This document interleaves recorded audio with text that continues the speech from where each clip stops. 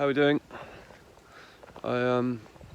Jesus Christ, look at the size of that. The first video I make on YouTube for ages and I've got that on my head. Perfect. How you doing?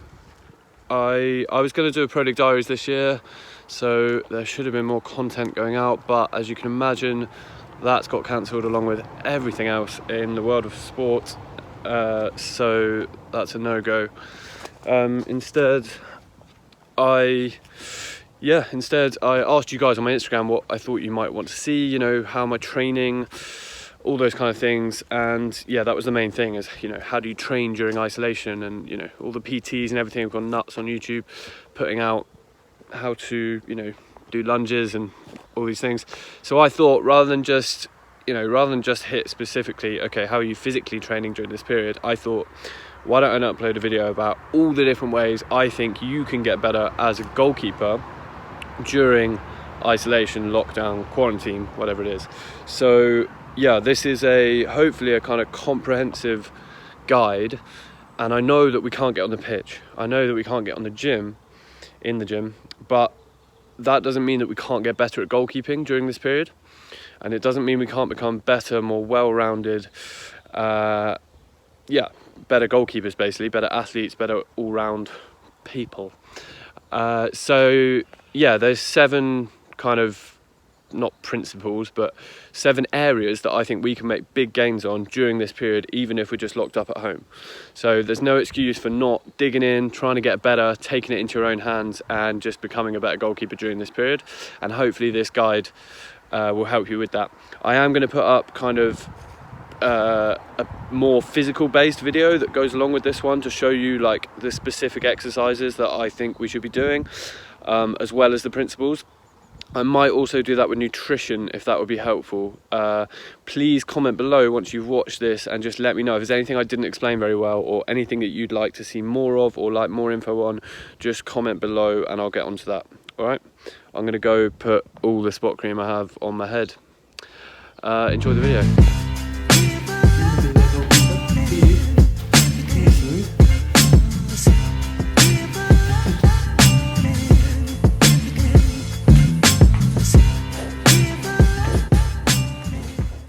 Okay, so the first point is physical training. Okay, how do we stay in good shape, in goalkeeping shape, and what are the fundamentals for goalkeeping that we can hit during this period that are going to help us when we step back onto the pitch? So if those are our 4 kind of elements, we've got strength, speed, core, and cardio. If we put those into the context of isolation, of the lockdown, basically what I'm looking for is how can we best hit those elements whilst training at home, so that when we go back on the pitch we can be our best.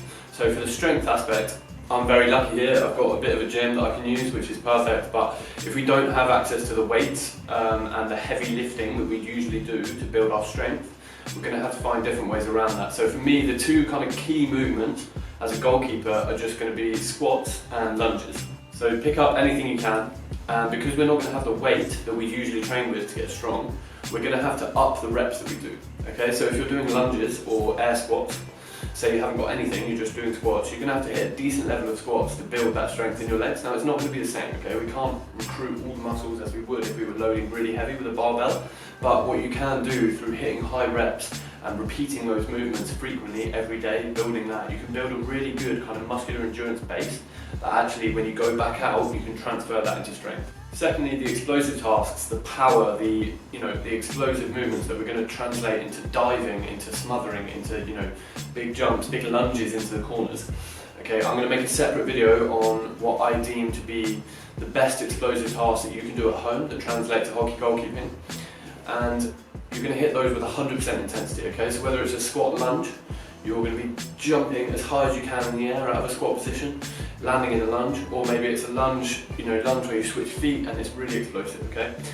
So if you hit those little rests, repeat those kind of movements, you'll be able to translate that into a good amount of fitness, goalkeeping specific fitness when you get back on the pitch. Core strength, again, I'll put that into the other video, but look, really important when we're diving, when we're smothering, being able to keep our torso upright, good midline strength is really important to goalkeeping, okay? Getting up off the floor, huge amount of core strength. So look, do your research, have a look on YouTube, what are the best core strength exercises. It's not, there'll be goalkeeping stuff on there from footballers, there'll be all kinds of this stuff, so look out for that, just do your research. I think kind of planks holds are really good, but also we can get dynamic with it. Okay, Turkish get-ups, for example. Google what that is. That's a really good exercise for building full body core, which is going to come in real useful when we go back into goalkeeping.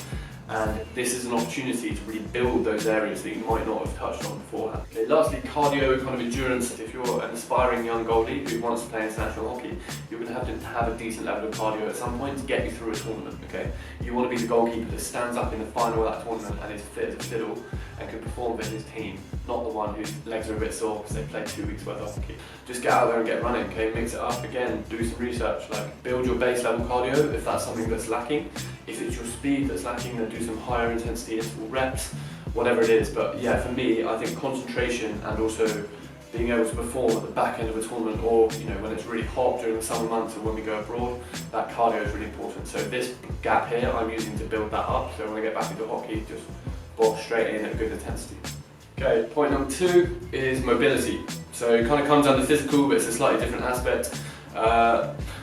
There's a difference between flexibility and mobility. Mobility is kind of strength through range of motion. So whether we're lunging into the corner as a goalkeeper and you've got to be able to get into a really deep lunge, but then pick yourself up from that with strength, that's kind of mobility, as opposed to flexibility, which is just being able to do the splits on your carpet. Doesn't really come that useful. The main areas are it reduces injury risk. So goalkeeping is an explosive. We get into some weird positions sometimes, and the more mobile you are, the less likely you are to do damage to your ligaments, tendons, things like that, or hamstring. Second point is it really helps with your physical training. So if you can get into really good positions in the bottom of a squat or a deadlift because you've got good mobility, you'll be able to make better gains than someone who can't go fully deep because they don't have the hip range or the ankle range or whatever it may be.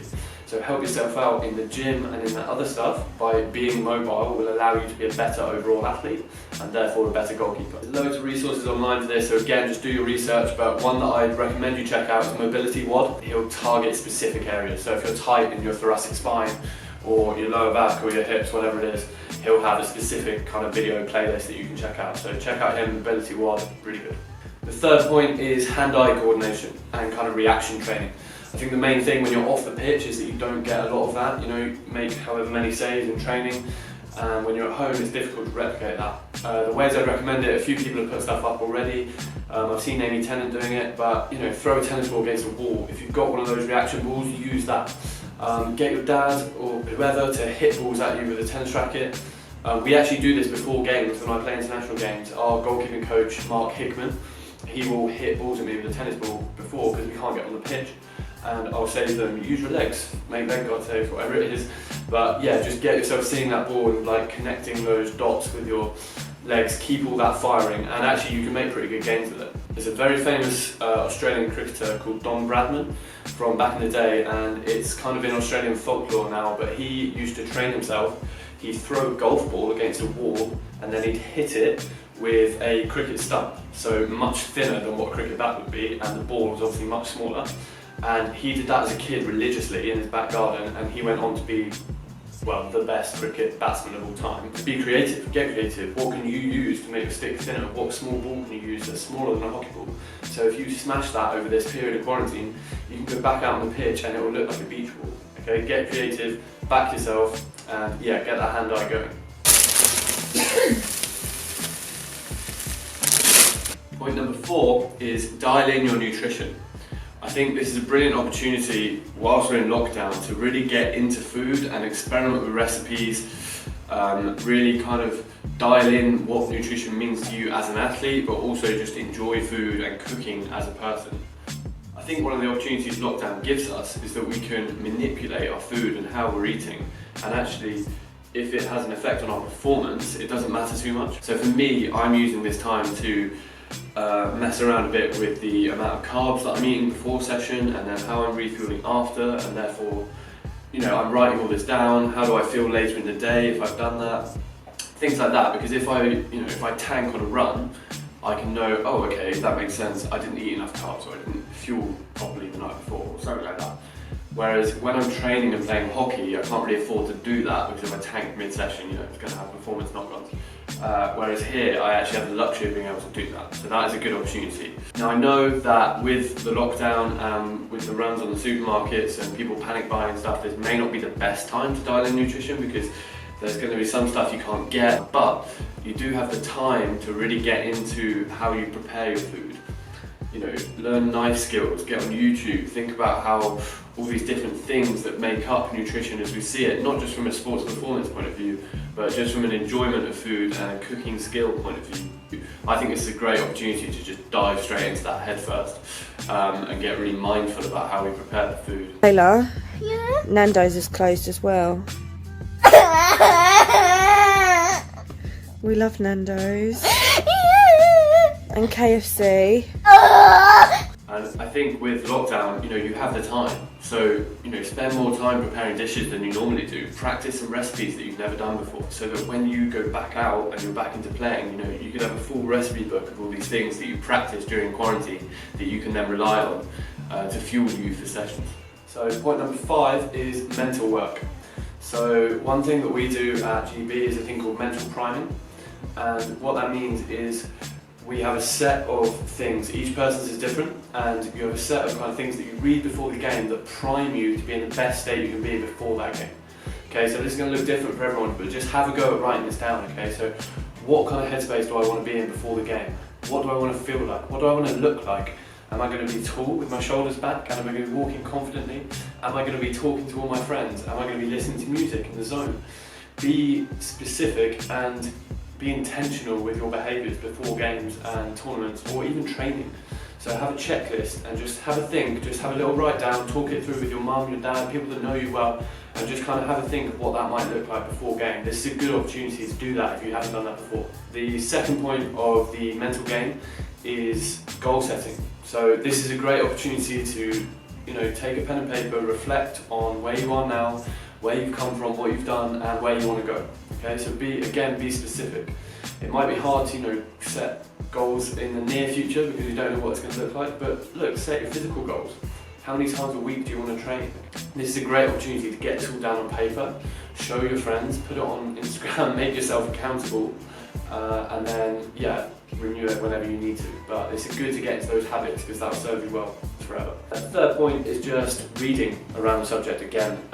Psychology is such a huge part of sport just in general, and for me I found it really helpful to just dive into different books. One book that really helped me initially that I haven't read for ages, but it's called Mind Gym. I'll link it in the notes below, but that was really helpful. I remember reading that on the way to the Youth Olympics in 2013, and yeah, that was really helpful for me. So just read around the subject, pick up different stuff, but don't ignore the mental part of your game over this period. Point number 6 is video work. So if you have any footage of yourself playing hockey, playing goal, training, whatever it might be, this is a great opportunity to go back over that and be really, really reflective and really reflective, really critical, really, of what you see in front of you. Okay, so get really into the detail. If you have video of yourself, you know, are my hands in the right position here? As the ball gets transferred here, how are my feet moving? When he has the shot, are my feet still? Are they in the right place? Are they wide enough? Get really into the nitty-gritty, because whilst we can't actually get on the pitch and make any changes to this, we can have a really clear picture in our mind of, okay, this is what I look like now as a goalkeeper, and this is where I want to go. Oh, baby! Oh, baby! You already celebrating. And that leads me on to the second point. If you don't have any footage of yourself, get on YouTube, get online, and watch footage of other goalies. Find, you know, the goalies that you admire. Van Ash, Davey Hart, whoever it might be, and, you know, get on the highlights and watch them, and don't just watch it for inspiration, even though it is good. Analyse it. Okay, what's he doing here? How are his feet moving when that shot comes in here? What does he do on corners? Where are his hands? Would I do that? And you can even be critical of them. Like, no one's perfect. Watch the goals that go in and watch how they react. Oh, actually, could I have done that differently there? Where would I have put my feet in that position? Okay. So look, be your own coach. Get into the nitty-gritty of this. Okay.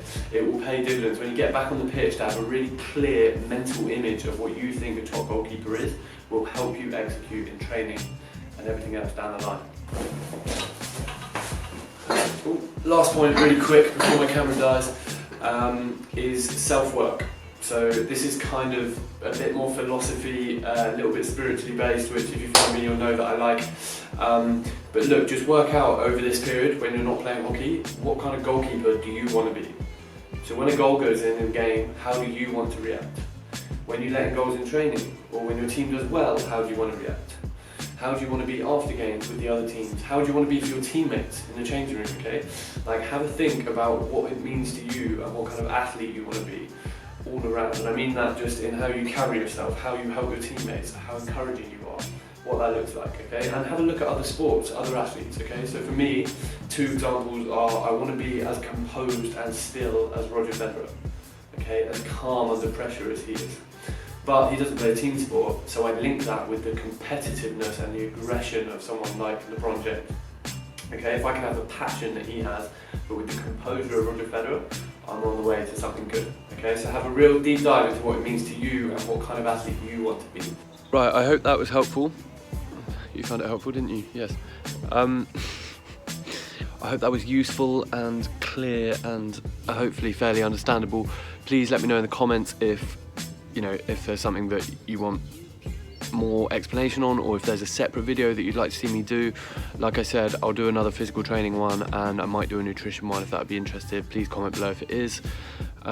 Yeah, I hope that gives you enough to get on with. I'll list the points in a minute so you can pause that and write them down.